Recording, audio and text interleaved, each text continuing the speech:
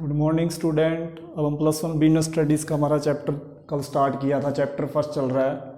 आज हम बात करते हैं प्रोफेशन क्या होता है। प्रोफेशन मीन्स होता है पेशा। Profession refers to that economics activity which is conducted by a person having some special knowledge and skill which is used to impartially to serve various sections of the society.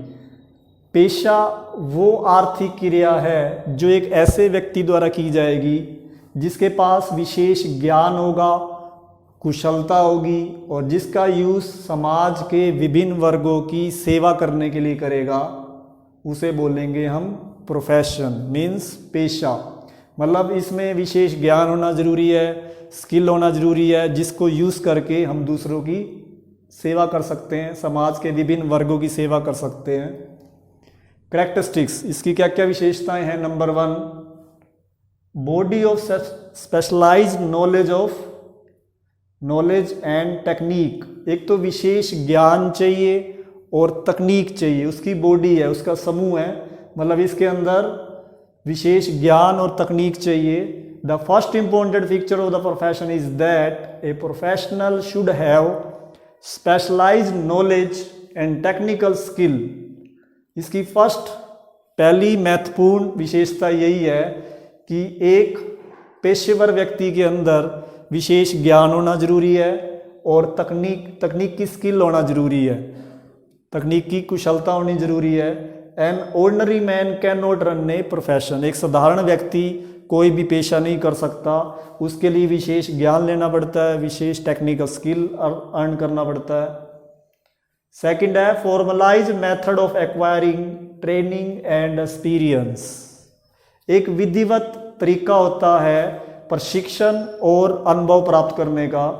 There should always be a provision for training and experience in a profession.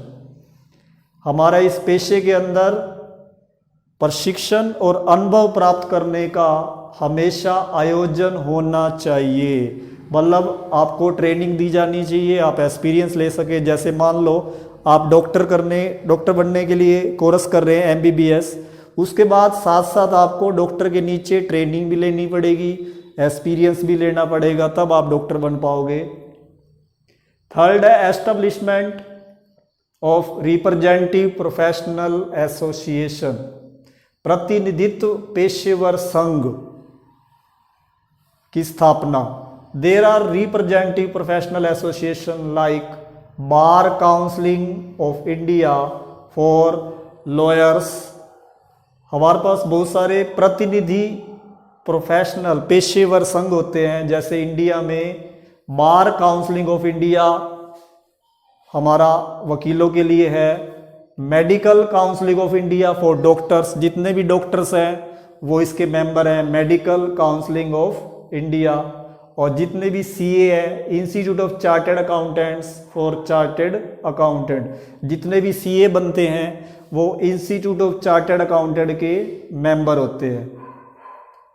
मतलब हमें representative professional association प्रतिनिधि professional संघ के अंतर्गत जितने भी professional लोग हैं उनका एक एसोसिएशन बनता है, संघ बनता है, उसके अकॉर्डिंग वो काम करते हैं। जैसे हमारे इंडिया में 3 फेमस हैं, वकीलों के लिए बार काउंसिलिंग ऑफ इंडिया, जितने डॉक्टर्स हैं उनके लिए मेडिकल काउंसिलिंग ऑफ इंडिया और जितने CA हैं उनके लिए है इंस्टीट्यूट ऑफ चार्टर्ड अकाउंटेंट्स। इसकी 4th कैरेक्टरिस्टिक्स है कोड ऑफ कंडक्ट। आचार संहिता बोलते हैं इसको।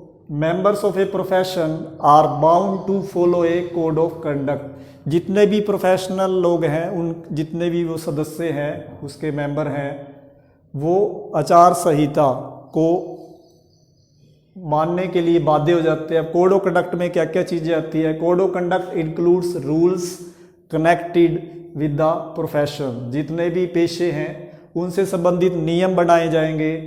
होनेस्टी, ईमानदारी से काम करेंगे। इंटेग्रिटी, एकता एंड मोरालिटी, नैतिकता से, एकता से, ईमानदारी से काम करेंगे। और प्रोफेशन के अंदर जितने भी रूल है उन सबको फॉलो करना पड़ेगा। नंबर 5 है priority of service over economic consideration. आर्थिक प्रतिफल की बजाय सेवा को प्राथमिकता देना। Like all other business activities, adopting a profession is also a means of earning money which on the basis of a specialized knowledge one gets some proper remuneration for service of society। जिस तरह अन्य business activity होती है उसकी तरह ही एक पेशा अपनाया जाता है जो पैसे कमाने का एक साधन होता है। किसके आधार पे कमाते हैं? ऑन स्पेशलाइज्ड नॉलेज, विशेष ज्ञान के आधार पर, जिसमें एक व्यक्ति समाज की सेवा करके रेमुनरेशन प्राप्त करता है, उचित पारिश्रमिक मिलता है उसको, जैसे सैलरी।